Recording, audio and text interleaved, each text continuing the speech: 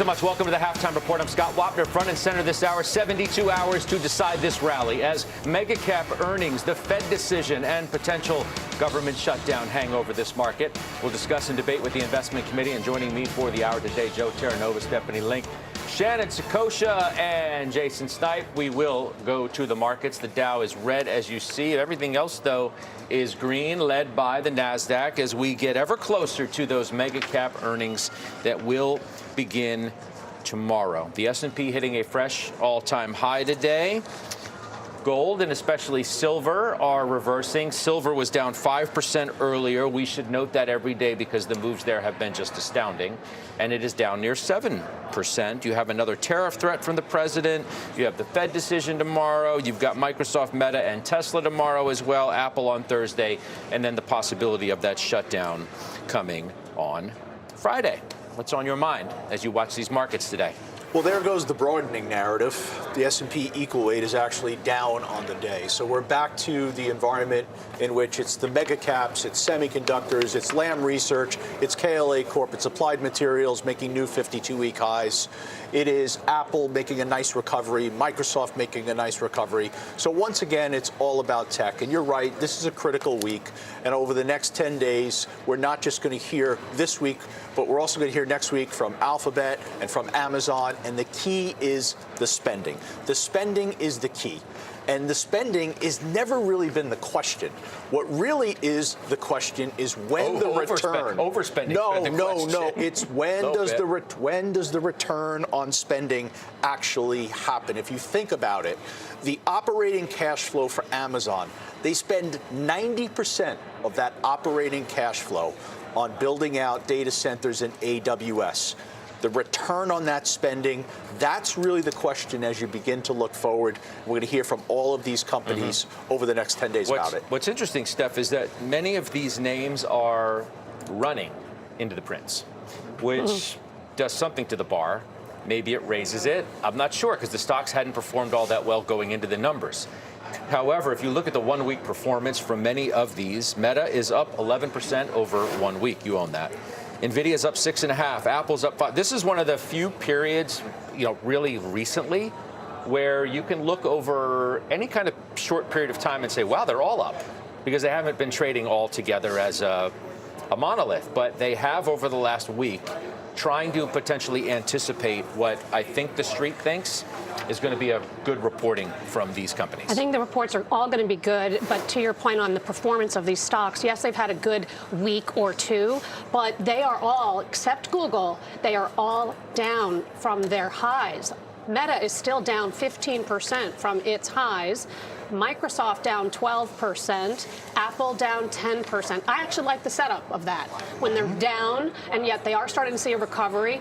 I do think that Joe is right about the spend. I think the spend is going higher, but to me, the most important thing is free cash flow after the spend. And all of these companies are going to still have considerable free cash flow. So Meta is going to have $16 billion this year. Amazon is going to have $41 billion in free cash flow this year. Microsoft at $77 billion, et cetera, et cetera. So they're all going to still have free cash flow and flexibility to continue to invest as they should, given the AI revolution. As a whole, earnings are running at about 9% so far. They are. That's ahead of expectations. And that is ahead. And I actually think you're on track to do something like 12, 13%. There are some aggressive targets, Scott, out there of 16, 17%. I'm not there. I'm in 12, 13 in a 3.5%, 4% GDP world. And it's not just revenues. It's not just earnings. It's not just revenues. It's also margins, which I pay very close attention to. Yeah. And I think the economic data still is very supportive of all of this. And so you want to pick your spots. I don't think it's just going to be Mag 7 that take over. I think I can name a whole bunch of companies that reported in the past week that are down because earnings is stupid season. No, I'm glad you raised that point because I was literally going to go there next. Yeah. That Wolf points out today what they call punishing price action to start earnings season. That even very solid results, these are their words, the share prices of companies beating on the top and the bottom lines have witnessed negative relative price action after reporting. They do not think it's sustainable, though. They expect double beats to exhibit positive price action as more companies report. It is interesting, though, to see good reports not being greeted well on Wall Street, and that leads to maybe some trepidation heading into these numbers over the next couple of days. Well, there's the potential that this is just a sort of re-rating in terms of valuation that investors are looking at. But I would agree with Wolf in that paradigm cannot persist. In our view. And so we have 81% of companies that have beat on earnings so far for the S&P 500. That's a pretty darn good number. And I think what you're doing is you're looking at these earnings releases that are likely to come in the next few days. And Scott, there's really no reason that given the broad strength, there's no reason for the Mag 7 to upset that trend. I mean, there's absolutely no reason that they cannot continue to grow their earnings in this type of environment. I think more importantly, though, Scott, there's some of these exogenous weights on the market right now. There's some concern about a potential shutdown. There's concern about what's happening with the Fed and will they continue to be accommodative.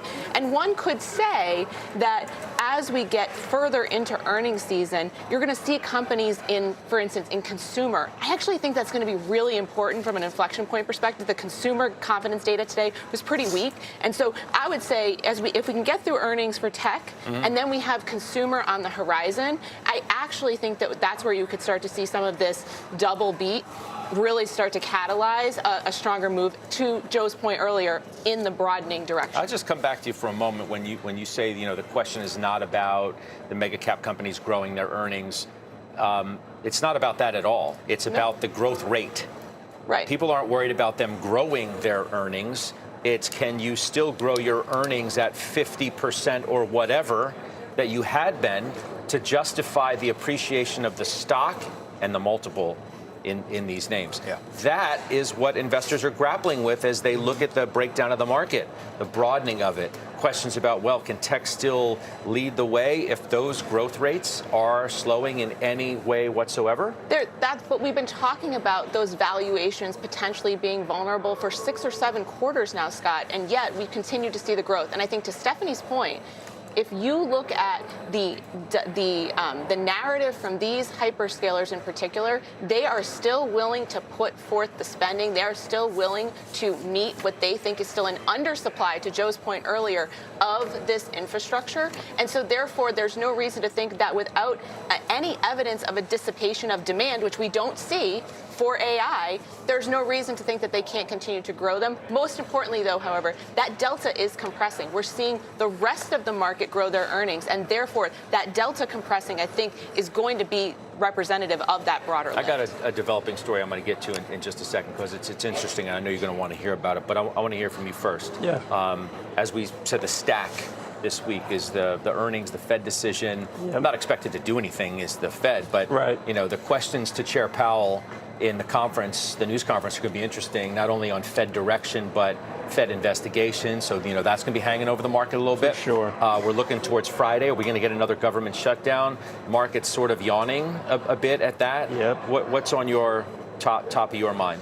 Yeah, no, I think all those pieces loom large, but I think for me it's definitely mega cap tech, right? We're hearing from Apple, Meta, Microsoft, and Tesla this week. I think to Joe's point, CapEx is a very important piece for me. I mean, $400 billion of spend in 2025, $500 billion plus planned on spending in 2026, and north of $600 in 2027. I think the return on this CapEx is going to be critical.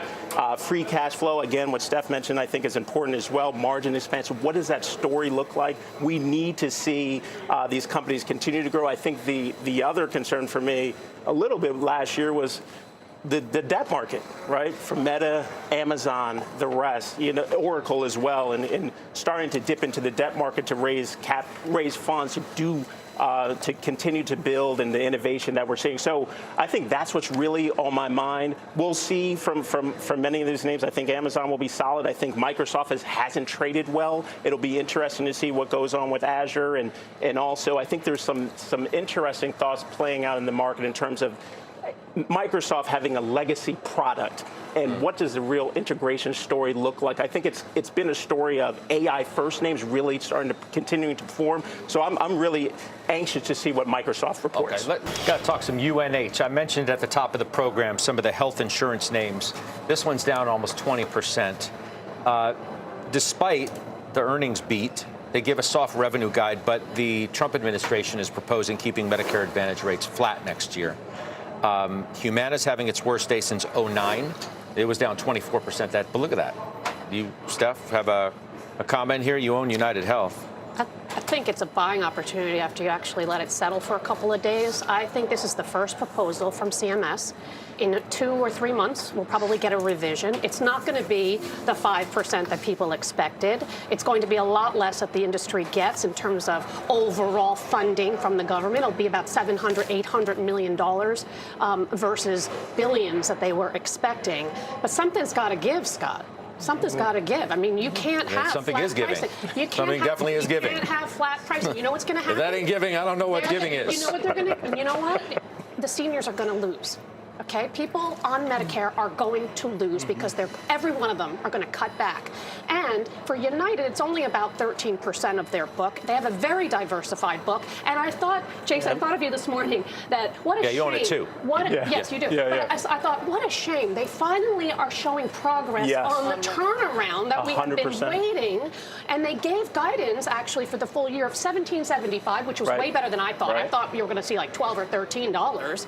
So you're talking about a stock that is the leader in the industry with a very diversified book and pricing power and a great management team. So I understand the stress of today, I do, and numbers might have to come down, but I think before they come down, I actually think they're going to start scaling back on the business. Can we back this up for a year, too, please? Let's see a 1 year. Jason, what's your comment here?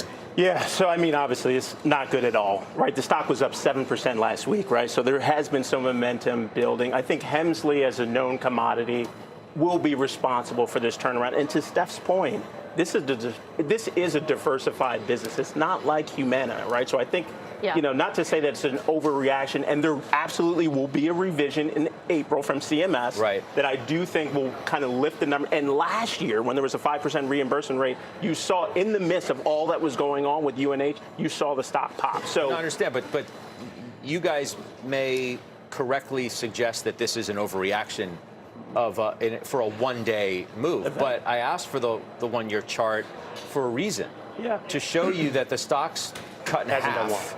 And is that whole thing an overreaction? That's old management.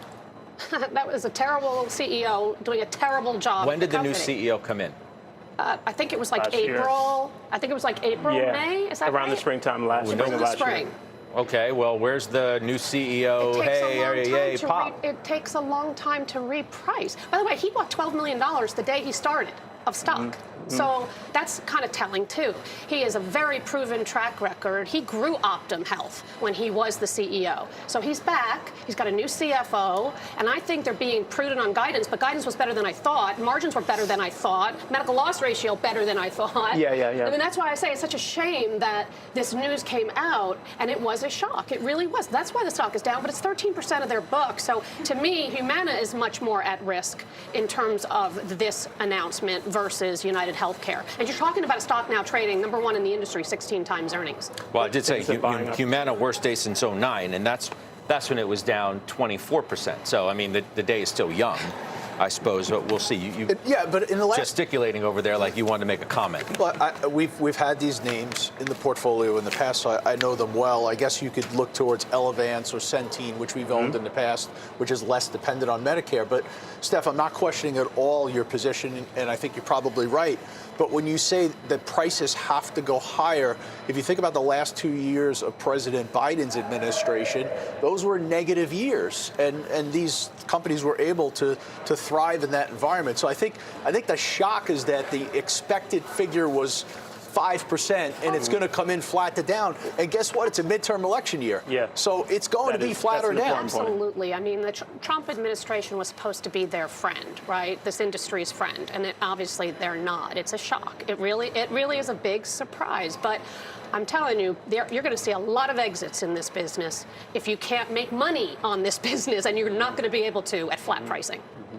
What kind of time frame do you have in your mind that you say if this is a buying opportunity? New CEO's gotten no credit.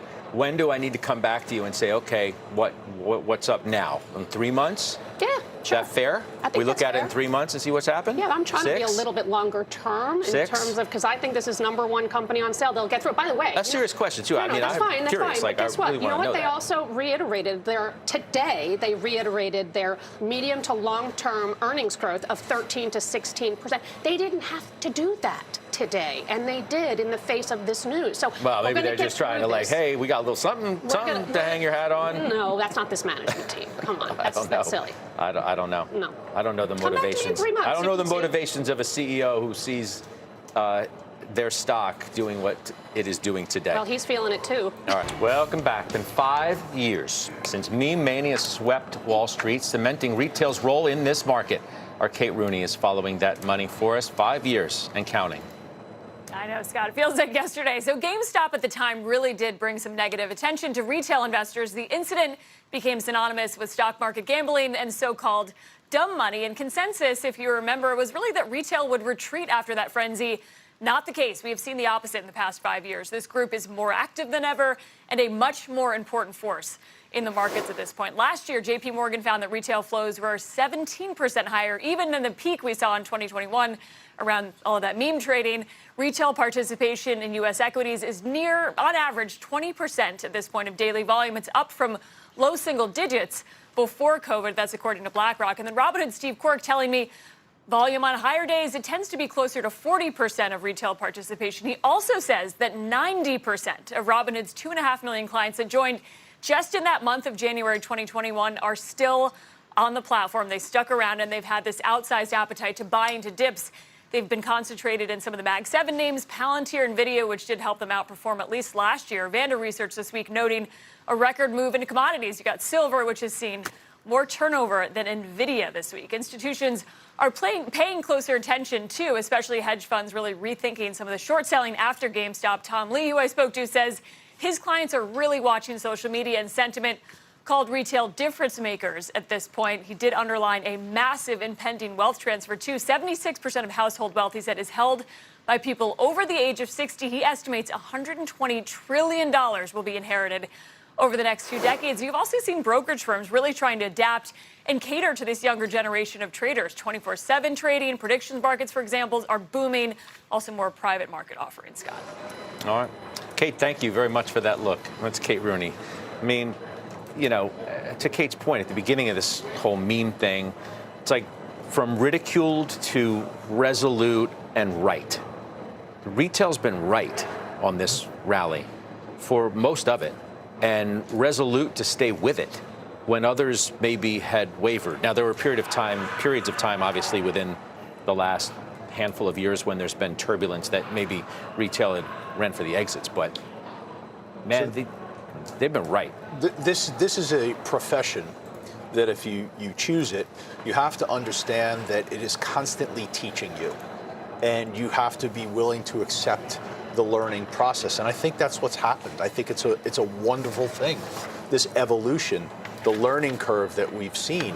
We have right now a younger generation who is far more financially literate than I was when I was at their age. We also have the introduction, and hat tip Brad Gerster on this, of these Trump accounts, which is going to fund accounts for children until they're 18 years old. So their eyes are going to be on the market. That's a good thing. Financial literacy is really good.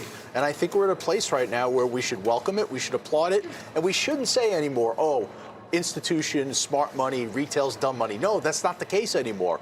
I think we've balanced that out. I think you can bury that at this point. The accessibility of information, too, is also empowered the retail community. We should be encouraging, not discouraging, as advisors in my seat. The next gen is incredibly interested and engaged in the market. That's actually a positive, Scott, because it gives us a better, stronger investor to help them build their wealth over time. All right, we'll do the setup after this break. Let's do the setup beyond mega cap earnings. IBM tomorrow, after the bell, Stephanie Link. So the only thing that worries me about IBM is I wonder if the software Red Hat number comes in as expected. It has been running soft. I think you're going to see reacceleration for 2026, but I worry a little bit. And the stock is not cheap at 26 times forward estimates. I still like it very much. I still like the CEO. It is up a lot. It's had a really good couple of years. So I like it. I just think the expectations are quite high, and I just worry a little bit about that software piece. Okay. Lam Research is after the bell as well tomorrow. Joe T. Mentioned it at the top of the show at an all-time high. This is a company where you're going to see most likely the 7th consecutive quarter of revenue beat. Look for China to be strong. The foundry business is remarkably strong. EPS somewhere around $1.17, probably about $5.2 billion in rev. Talk about a chart leading into a print. Wow. Yep. Raymond James, Joe T, that's also you after the bell tomorrow. It's engagement, and that's why this stock, I think this stock's up about 5% so far year to date, but it's engagement in the trading community. It's a reason that we own CME, NASDAQ, Interactive Brokers, and Charles Schwab. All right, ServiceNow, Jason Snipe, that is tomorrow, and it is after the bell as well. Yeah, You're busy tomorrow. No doubt about it. So ServiceNow is obviously got caught up in the software slide. Didn't have a great year last year, down 13% year to date. So I think for me, RPO is going to be very important. I think 21% RPO growth is expected, around 27% subscription revenue growth expected. Fourth quarter is typically their strongest quarter. I think a concern for me is the potential headwind is shorter government contracts. So I'll look to see what happens there. LVS tomorrow after the bell, Stephanie Link. I think Singapore is going to continue to hum. I think China, though, obviously it's a bigger part of their EBITDA, almost 70%. That has to recover. I think you are starting to see a recovery. We're seeing it from other companies like Estee Lauder, like Starbucks. So I think the consumer in China is recovering, and I expect a solid number. Okay, let's do final trades, though, before we leave you on this day. Jason Snipe. I like Sky Rizzi. Actually, AbbVie. I'm sorry. I love Sky Rizzi and Rinvoq. $31 billion. Too many those commercials. Exactly. Yeah. Hey, look, those numbers look good to me. I like AbbVie. Stay long. All right. That's funny. Shannon, top that. The commercials are very catchy. Actually, you know, healthcare. I think we talked a little bit about managed care here, but the affordability challenge is real. And so whether it's drug price overhang or reimbursement rate overhang, there is going to be something the government's going to do about attempting to make healthcare more affordable. And I don't think that's just going to hurt insurers. All right, Stephanie Link. SLB, I like oil services. They beat on revenues, earnings, EBITDA, raised guidance. They're buying back over $4 billion of stock and dividends and all that. Okay, Joe. Ethanol. All right, good stuff. I will see you on the closing bell in a couple hours. The exchange is now. Welcome back. It's a huge week for the markets, obviously. We have the Federal Reserve's latest decision on rates coming on Wednesday. We have a key test for the rally fueled by AI optimism with 4 of the Mag 7 reporting. As you can see on your screen there, we've got Apple, Microsoft, Tesla, and Meta. We'll hear from all of them, plus a lot more, all while geopolitical and policy uncertainty is simmering in the background. Maybe there's a shutdown now. Here to discuss it all is Tom Lee. He's FundStrat's head of research and a CNBC contributor. I kind of want to start, Tom, with what's been going on in the metals, because a lot of people are pointing to this and saying the dollar's collapsing and metals are soaring, and should they feel good about owning stocks in this environment, or you hold your nose? I mean, can you kind of just unpack for us what you think is going on here? Yeah, I mean, I think metals is proving to be a real genuine asset class, because I think for many years maybe people thought only gold bags should own gold, but now, especially the last 3 years, metals have, I think, proven to be a bit of a juggernaut. And it's hard to tell how much of it is geopolitical uncertainty, dollar and currency weakness versus dovish central banks. But maybe if it's all three, that explains why gold's done so well. I don't think that those are bad for equities, because if this is anticipating dollar weakness or more dovish moves by central banks, then it's good for asset prices. So I almost think the gold move could be sort of a glimpse into sort of risk appetite growing for stocks. As a result of things like dollar weakness and everything else, right? This idea Correct. that you go into more riskier assets or ones that are diversified away from there. If you're going to look at that, though, with the dollar weakness intact, Kelly also mentioned the Mag 7 stocks and the slew of earnings we've got coming up. Weaker dollar has typically in the past, from a conventional wisdom standpoint, meant better for large multinational companies. It helps their overall revenue profile, especially outside the U.S. Is that still something that we want to look towards as a true tailwind for this market, other than just saying maybe risk assets are in vogue and we just want to play the AI trade ad nauseum for the rest of this year? Yeah, I mean, in some ways, I think one of the big sort of real stories this year is earnings growth is accelerating. And that was because of onshoring, the tariff headwinds disappearing, But now if we have dollar weakness, I think it puts more upside to the earnings story. Investors aren't necessarily paying for that right now because multiples have been compressing, but I think it really helps anchor stocks. So between now and the end of the year, I think there can be a lot of reasons for speed bumps, but I think as we exit the year, the earnings story is anchoring, I'd say, upside to our 7,700 target. Yeah, which is, I mean, we're starting to look at, we've seen one round number after another falling for gold and the likes, and you wonder if we're finally going to get back to talking about S&P 7,000 and Dow 50K and all of that.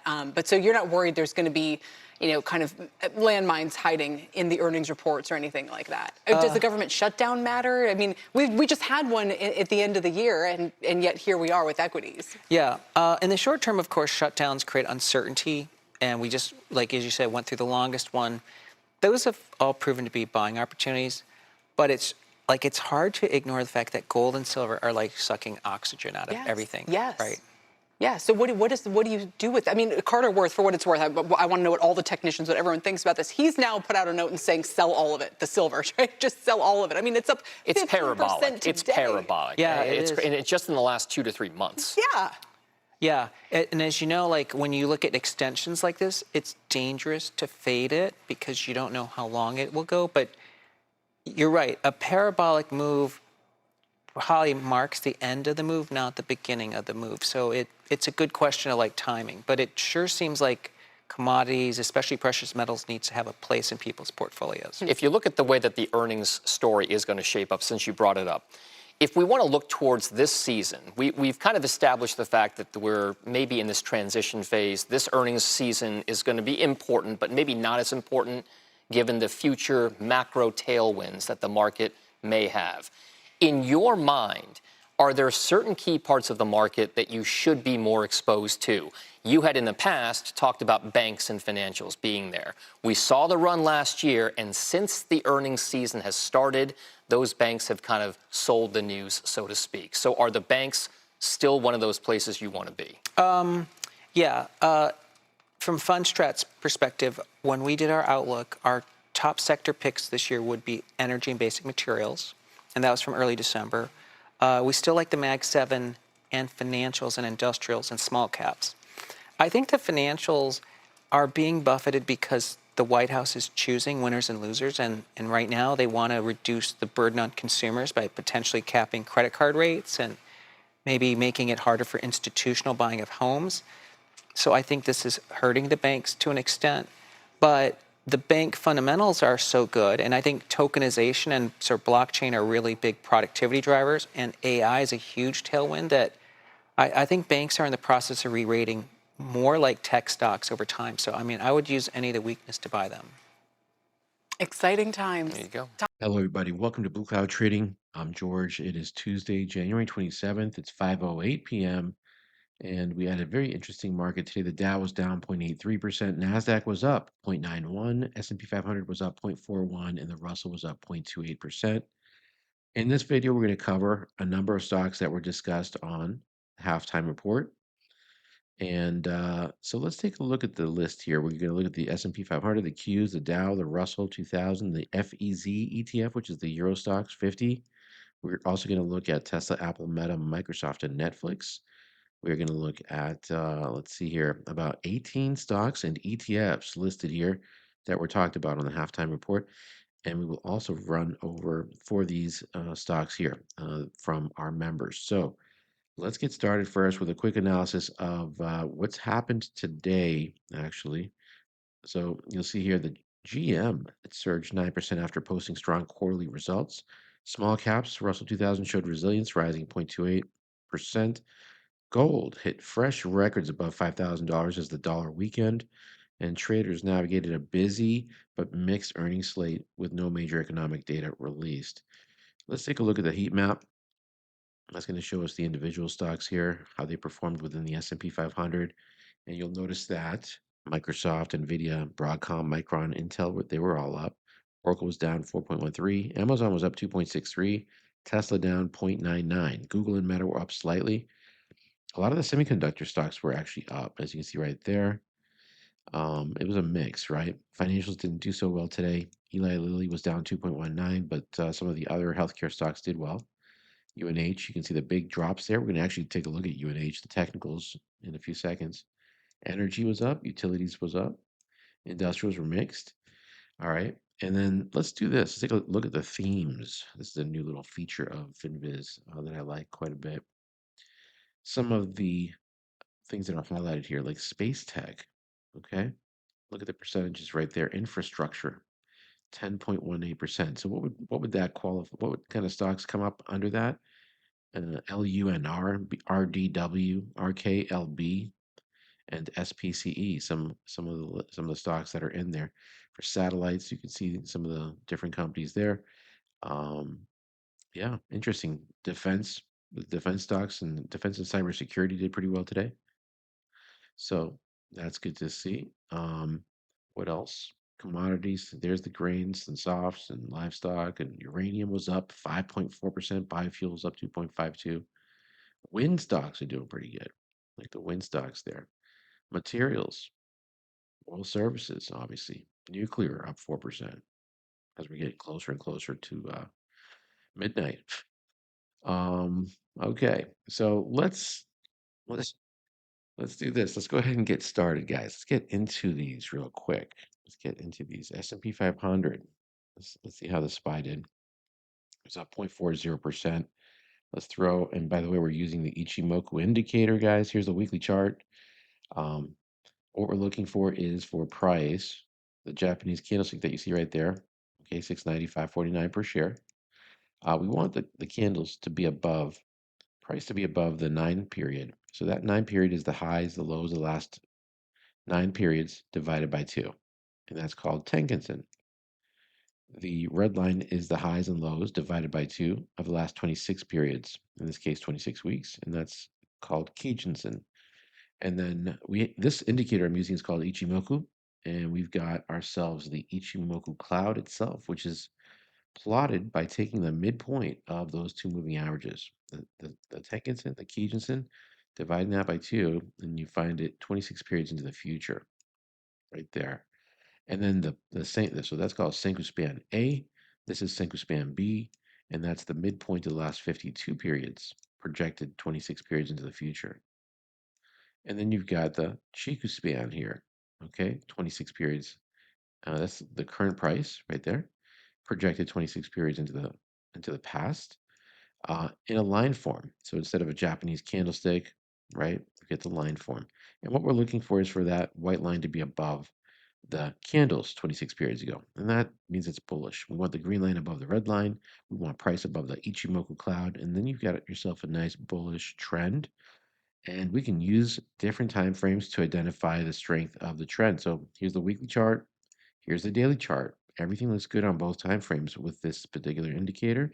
It's very comprehensive, and it gives us the information that we're looking for. Now, if I switch it to, say, I don't know, a 30-minute chart, it's going to be a little bit more erratic, but it still gives us a really positive look overall. So let's look at the Qs. QQQ ETF also, you can see it gapped up, right? Do you see that gap up? And it continued to move up. Now, let's throw some lines on there, and let's find out exactly where the next level of resistance is going to be, or was. Hold on, it's up there. Okay. And so what we want to do is find the high is 637.01. Now let's type that in there real quick. Now we know where our target is. Okay, we're about, let's see, let me just measure that real quick. We're approximately 1% away from that level, 637.01. So once we reach that level, there is a higher likelihood that we might stall and maybe potentially pull back. But if we break through, that's going to be even more, more of a bullish situation. And so I would be even more interested in adding positions, more positions in QQQ, for example. So I think that there's certainly potential here because you can see down below the directional movement index is also looking pretty bullish. The positive DI is moving up, negative DI is moving down, ADX is starting to move up. That's telling us that the momentum is increasing to the upside. And you can even see it on a 5-minute chart here with the gap ups that have been happening. There's the prior day's closing price on Monday. There's the gap up. It dropped a little bit, found some support on the 5-minute chart at the Tenkan-sen and Kijun-sen, and then bounced right off that and continued to move up. and stayed above the cloud. So that's very bullish. How about the Dow Jones? Not so great, right? It actually gapped down. Here's a daily chart. You can see that it gapped down and then actually closed. I think it closed under the daily Tankins in there. Let's see. Yes, it did. So it's going to lose its flag for the time being. I basically identify the stocks and ETFs that are very bullish on both the weekly and daily time frame with a flag. So the Dow Jones down 0.81% today. It's listen, it doesn't mean that this thing is over because it's still in the consolidation stage right now. If you look at the weekly chart, we're still in very bullish territory, but we're under that 496.34 level. It needs to break through, and that might happen, but we have to wait for it, actually. Here's the Russell 2000 on the daily chart under the Tenkinson. Okay, this is the second day in a row, the 9 period. It did go up 0.28%, but that it's still looking not as strong as these ETFs. Here's the weekly chart. Let's look at FEZ. Look at FEZ, guys. That's the Eurostox 50. Very bullish, extremely bullish, actually. The Eurostox are doing quite well. So, you know, you see that purple line. That's the $66 level. Why is that important? And why is it colored purple? Well, I look at time frames, and here's a monthly chart. Okay, you can see here going all the way back to these dates back in 2007. There's the years down below.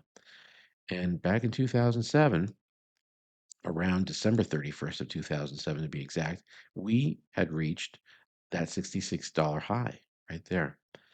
And price dropped significantly. And then we stayed in that long and treacherous consolidation for multiple years, all these years. Okay. And now all of a sudden, guess what? We're breaking through some highs here. We broke through those. That happened right around March of 2025. And look, this thing has been taken off, right? We're above the cloud on the monthly. We're above the level of resistance of $66. So Europe is looking extremely bullish right now. Here's the weekly chart, and here's the daily chart. You tell me, doesn't that look great? And the multiple gaps are also an indicator of an increase in momentum. The ADX, that's the white line there, that's the momentum. If that's moving up and the green line is moving up and the red line is moving down, that's extremely bullish. If you look at the volume down below, notice how the volume is also increasing, right? So for 4 days in a row, it's been increasing. Now, is it getting a little bit extended? Maybe, but we don't have a reversal candle yet, so that's a positive. And I think that there's some more room to run here potentially with FEZ. The VIX is the market volatility index that was up 1.24%, but still a very healthy level at 16.35. Nothing major. We want that to be decreasing, not increasing. It's the volatility of the markets. It's a measure of it. Okay, let's take a look at some of those Mag 7s, not all of them, but let's look at Tesla, for example. It was down 0.99% today. As I've mentioned, this hasn't been an investable stock now for a little while. Hasn't really made sense to be invested in Tesla, for example, since I'd say December 24th of 2025 when it was above here. But even then, if you look at the weekly chart, yeah, I guess around that time it was looking all right. But it's declined quite a bit here, about 9.7% from once it got under the 9 period. I'd stay out of that one. Apple is also under the Ichimoku cloud, which means it's still in a downward trend. It's not difficult to identify these downward trends. What you're looking for is a series of lower highs, like that right there. Okay, and a series of lower lows. So there's a low, another low. It's stair stepping its way downwards. Okay, and the cloud helps to keep, basically make it even more clear. So at a glance, which is what Ichimoku stands for, you can quickly identify the trend and how strong it is. And by the way, one other thing remember what I said earlier about the Chiku span is that's that white line, remember? So that's the current price projected 26 periods ago.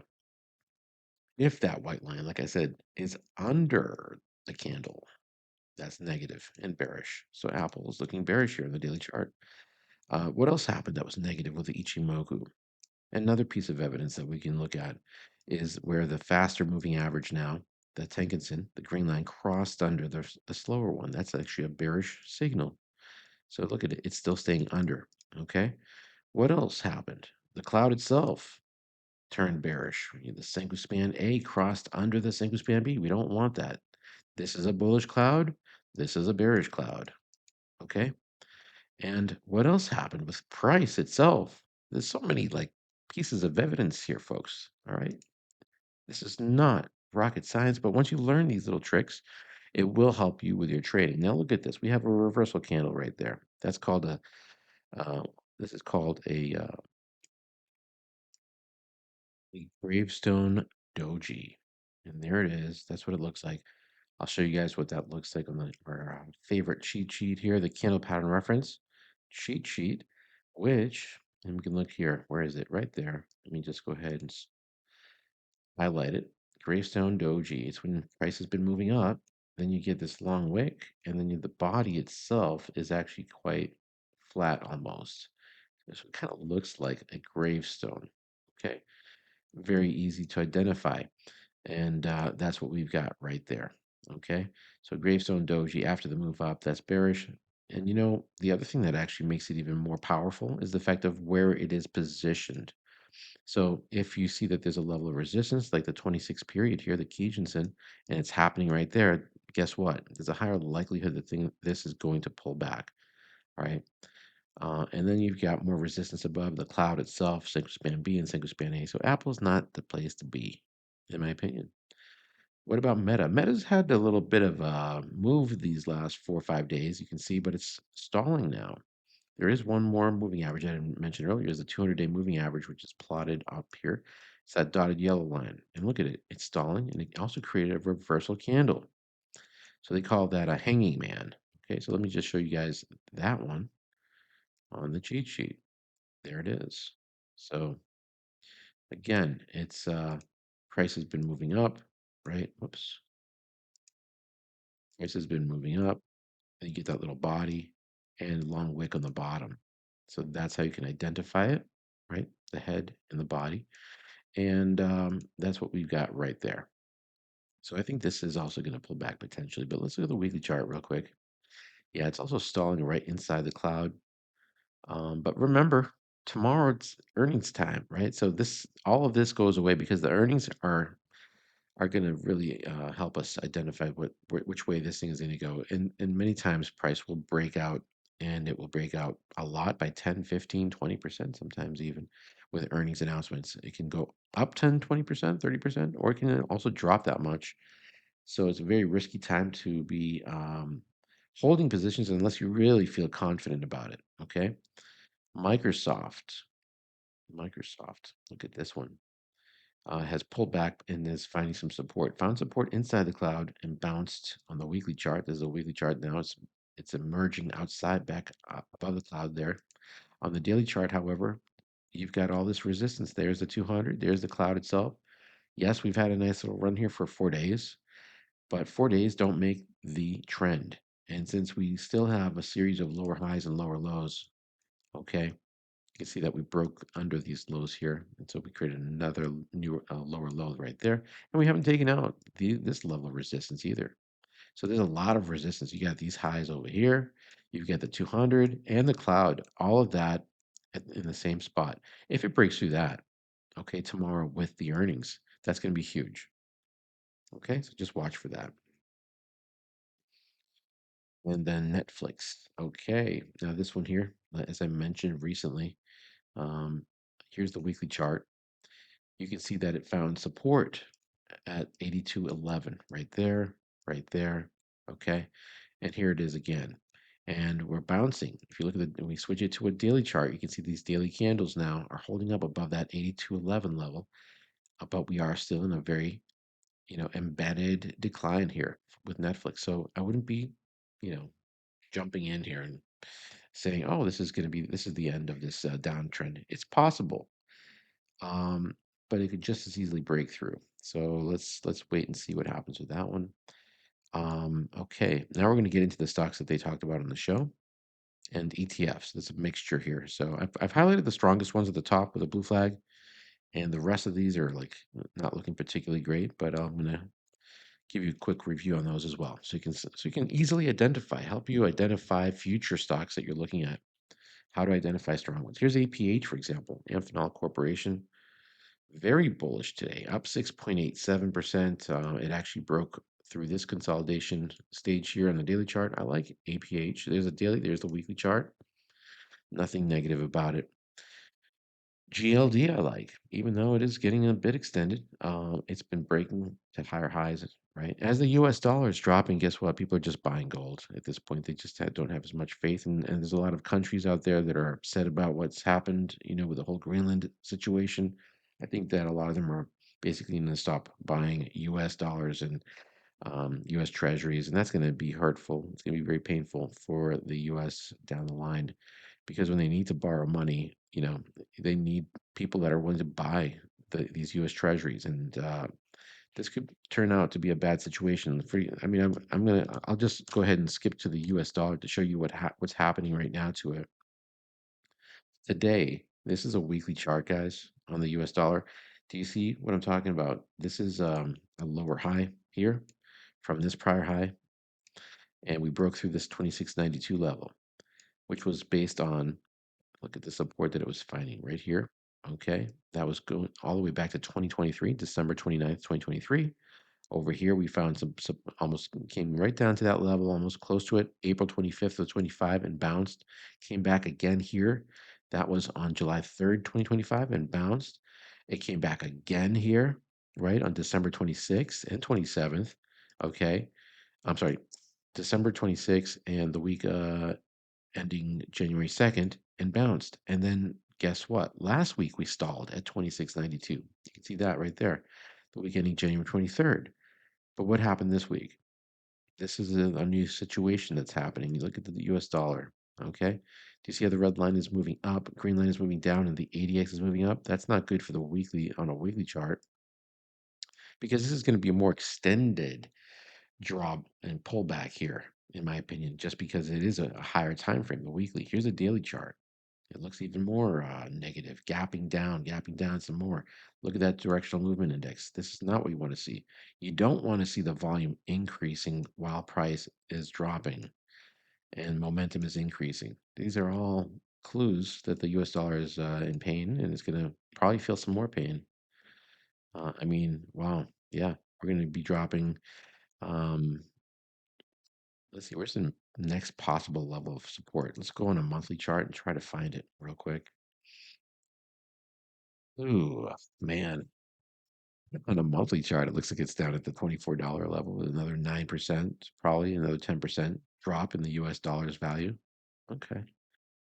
We'll see what happens. Anyway, there you have it. So let's keep going. Let's go back to what we're talking. We were talking about gold. And gold is looking great. Look at that monthly chart. Shazam. It's like taking off. Weekly chart looking good. Daily chart looking good. Any time frame you look at this, it looks good. LRCX, Lam Research Corporation, looks good. I like this stock. Technology sector, semiconductor equipment and materials, up 7% today.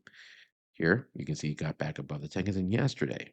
Okay, Monday, January 26th. Boom, gaps up. Okay, let's look at that on a 5-minute chart. There's the gap up from yesterday. Boom. And it just kept on getting bought up. And then it basically stabilized around 11:45 a.m. It just kind of just went sideways from there. But it still made that nice big move. SLB limited. Let's look at this on the daily chart. Very strong, right?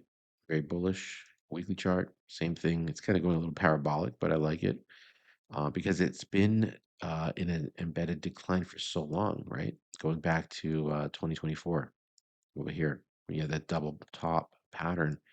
And so the next level of it will probably find some resistance around 55, 51, and then again at 62.50.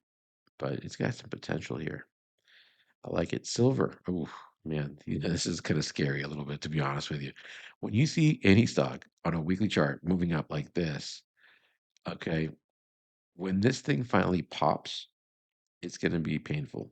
Okay, it's not going to be like a small little candle. It might be a small candle, but it will probably be a red reversal candle. It will probably be a red spinning top or a shooting star, and that will probably be the end of this move, at least temporarily on the weekly chart. Because on the daily chart, you can see here we did get one of those, right? And that didn't really hold it up. It's the weekly chart, weekly candles that we really want to focus on for a more longer term outlook. The daily is more optimal for entry points. XLK, I like to use both time frames basically. And if both of them are giving me buy signals, that's when I'm interested. Guys, consider becoming a member if you want to get access to my member only videos. Remember, you can find those on my channel, Blue Cloud Trading. And all you need to do is hit the join button. It's right next to subscribe. It's free to subscribe. Click the join button, and then here are the three different perks. I'm sorry, three different memberships with different perks. Okay. Blue Cloud Supporter. There's a new perk here, early access to these daily videos. This was not here before. Um, you know, so definitely something you should consider. Become a Blue Cloud supporter, and you can get access to these videos a little bit sooner than others. Blue Cloud Trader. Again, you get that perk, but you also get access to the exclusive member only videos, and you can request 2 stocks for ETFs to be analyzed each month. Blue Cloud Legend. How about this one? You get all those perks plus some day trading videos and daily stock and ETF trade update on my portfolio. So I share my trades with legend level members. So there's different level memberships depending on what you're interested in. We've got something for you. Okay. So consider becoming a member, and that helps to support the channel so I can keep bringing these. We've already hit 27,500 subscribers. We're shooting for 28,000. I mean, it's not going to happen this month, I don't think, but hopefully I think certainly next month we can reach that. All right. So let's get back. Let's get back to what we're talking about. By the way, the members' videos, you can find them by scrolling down here. I did one 2 days ago. They're usually about an hour long. Okay. You can see, and you'll have access to all the previous videos that I've done as well. Once you do become a either Blue Cloud Trader or Blue Cloud Legend level member. Okay. So what else? Oh yeah, we're gonna get back to the charts. XLK. Now remember that symmetrical triangle we talked about with technology? It actually broke above. Now it broke back above. So this is very positive for technology. Look at the directional movement index. Remember, it's now just turned green. It's interesting how all these different indicators can basically coincide, collectively show all these bullish signs. The volume increasing down below here a little bit more than yesterday. So all these things are telling me that, yeah, this ETF looks stronger. Here's a daily, here's the weekly chart. Higher probability is going to take off. Of course, there's a huge correlation to technology stocks, and those earnings are coming out. So I don't know. We'll have to wait for these next few days. ABBV. Now, this does not have a blue flag, and there's a reason for that. Although it does look okay on the weekly chart here, on the daily, we are under the cloud. So it doesn't get the blue flag. And this is a stock that I would just skip. So if I see a stock that and price is under the cloud, I just don't even pay attention to it, until it starts to show some strength and demand from other buyers.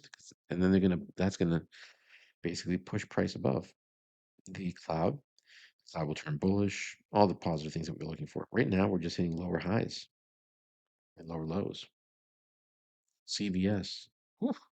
Now, this one was looking great up until yesterday. And then it's amazing what news can do, right? So let me just pause this for a second. I'll show you what I mean. So they briefly touched upon it on the show, but basically it's what you're seeing here. Trump administration's proposal for flat Medicare Advantage rates sparked a 10% plunge in CVS Health shares. The U.S. Centers for Medicare and Medicaid Services announced a proposed 0.09% increase in Medicare Advantage payment rates for 2027, effectively flat when adjusted for risk factors under the incoming Trump administration. This disappointed insurers expecting higher reimbursements to cover the rising medical costs. So CVS Health, which operates the Aetna Medicare Advantage plans serving millions of seniors, faced immediate pressure as the low rate hike squeezes profit margins on these high volume plans. Shares dropped sharply in pre-market trading before extending losses during regular hours with trading volumes surging amid sector-wide selling. Broader implications include potential cost cutting or plan adjustments for insurers amplifying the downturn across peers like Humana and United Health. So there's a big drop. Okay, and their earnings haven't even come out. That's not even an earnings jump. That's just a Trump news situation, right? So yeah, not good. There it is. Healthcare weighs on the Dow while S&P 500 sets fresh record. Okay, so let's keep going here. So there's CVS for you. Nothing to do here now. I mean, this thing is it basically seems to be stalling at the 200. That's a positive.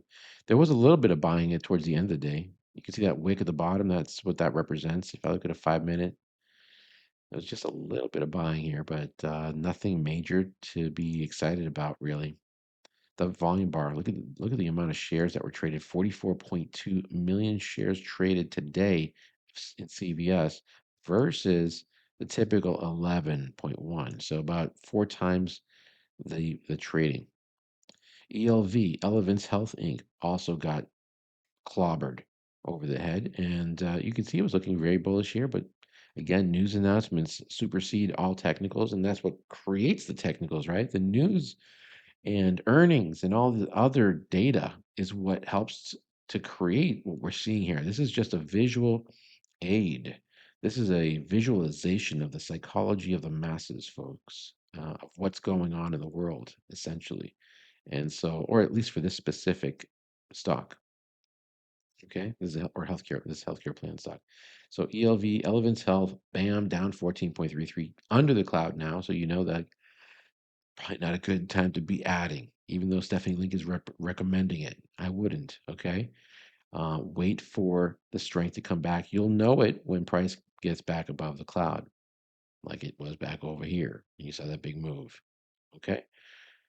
GME. They talked about GameStop a little bit. Here's a weekly chart. It's under the cloud currently, but it's showing a little bit of strength these last few weeks. Here's a daily chart. Yeah, it broke above the 200-day moving average. There's nothing exciting here. The weekly chart is still very bearish, and yeah, it's not something I would be touching here personally. Okay, let's keep going. HUM. There's another healthcare sector stock that got hurt. HUM's ticker symbol for Humana Inc. Boom, down 21.13%. Look at the volume, 10.4 million shares versus 2.3. There you go. IBM down 0.83% under the cloud on the daily chart. I'd stay out of that one. IYH is under the moving averages. That's the U.S. Healthcare Sector Index Fund ETF, down 1.45% today. I'm sure that was something this ETF was going to be affected as well because it has so many stocks that are healthcare related.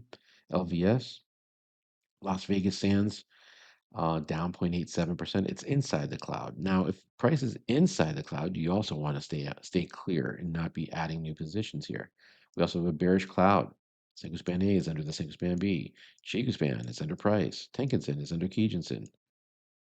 It all becomes second nature once you learn to study these and understand the Ichimoku rules. Basically, is ServiceNow under the cloud. Skip it.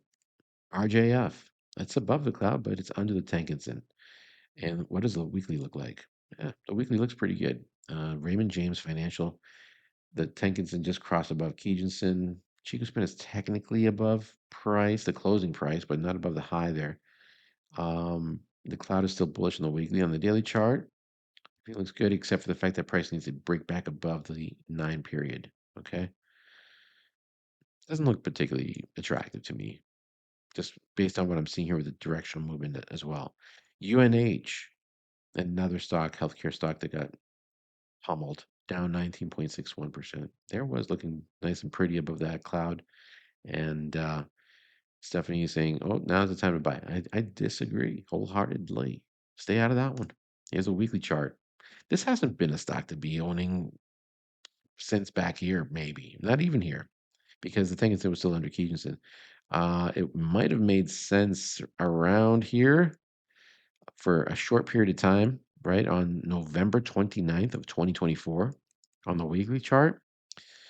And maybe even as far out as November 29th. And then look, once it got under the Tenkan-sen on the weekly chart,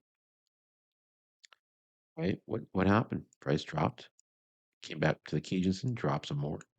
It broke through the cloud but the Tenkan-sen was under Kijun-sen. It was not the proper time to be adding positions here based on that. Okay. Um, and let me see something. I'm just kind of curious. If I go forward 26 periods, let's go 26 periods forward there. At that specific time, if you look at the cloud, guys, look at the cloud. So you see how Senko span A is under Senko span B. So there, that's also negative. So that breakout candle. So you should never rely just on the cloud breakout. Look at the other things too. What about the Chiku span? Let's go back 26 periods and see where that was at that particular moment in time. So it was right about here, 26 periods ago. That big spike led to the Chiku span also getting just barely above the candle, but that would not have been enough for me to consider it. Plus, we also had resistance at 630 at this level, which was approximately, let's see, from that point to there, it was just 5% away from resistance. So it's not a target that would make sense, really. Anyway, it's been since these highs back here, it's dropped 55.17%. You know, so anyway, that's where we're at with UNH, and the daily chart is just, yeah, not looking good here. It's a mess. There's the US dollar. We already talked about that. We don't need to go over that one again. Let's take a look at the members' requests. CHAU. Now, this one here, let's start with the weekly chart. This is the Direction Daily CSI 300 China A share bull 2x shares, 2 times shares. Yes. Okay, so that was up 0.41%. It still has a relatively low beta, even though it's a 2x, movement of. So when the CSI 300 moves up by 1%, or this typically would move up 2%. Okay.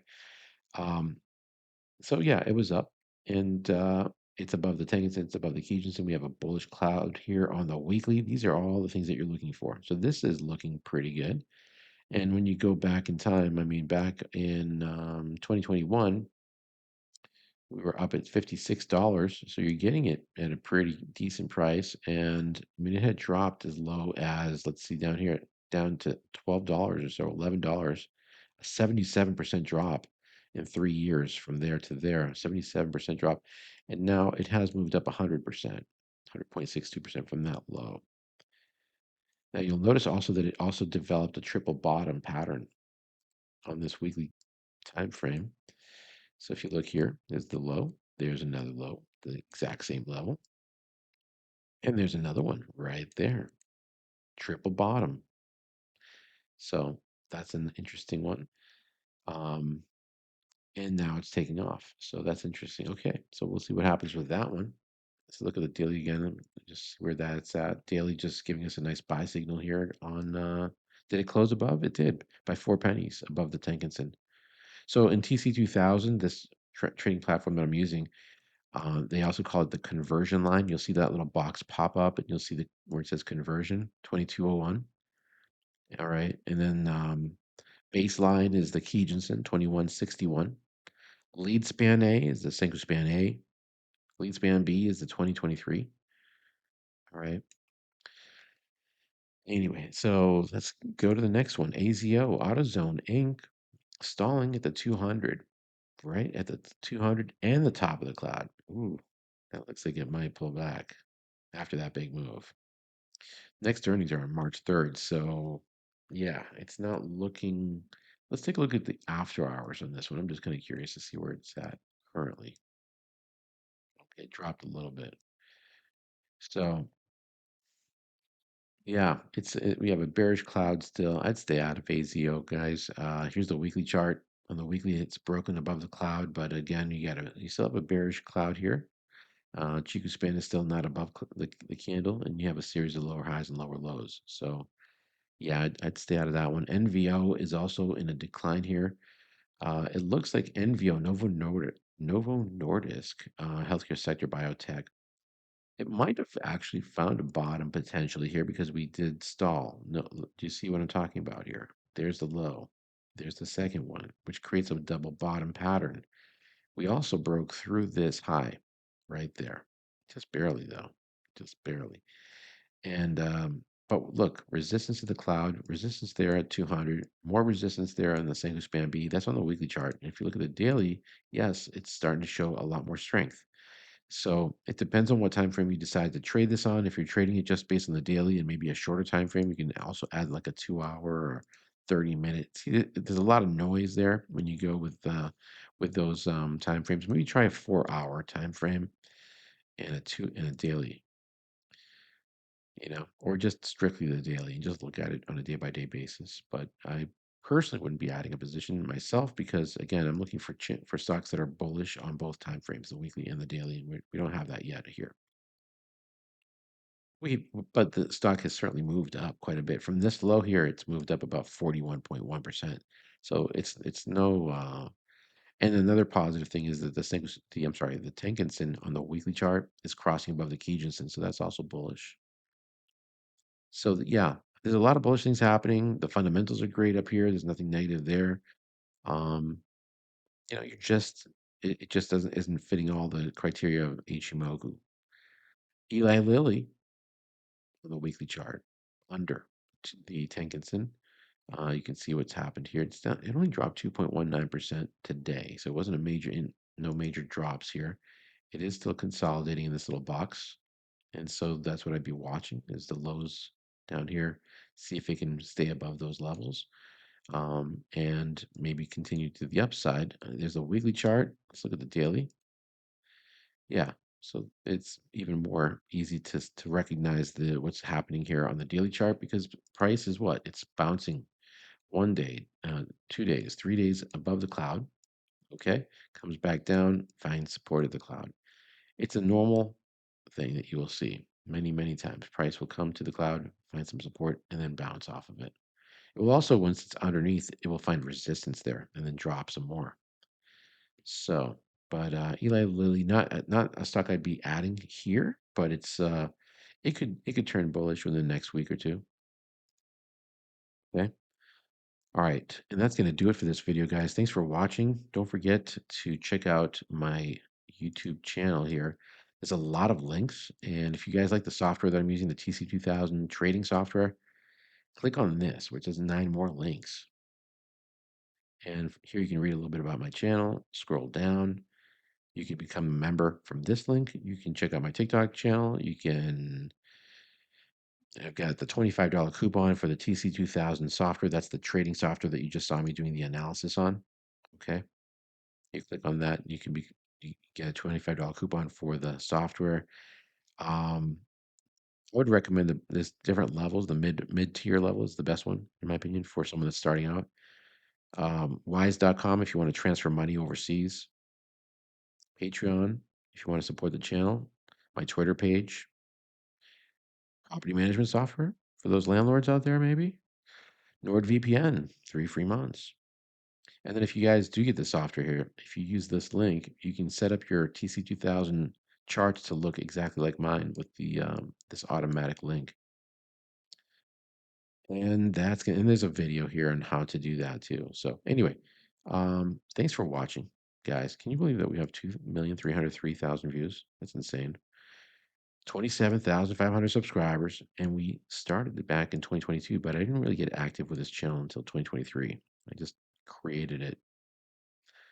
And it's basically just a hobby of mine that has turned into a fun experience for me.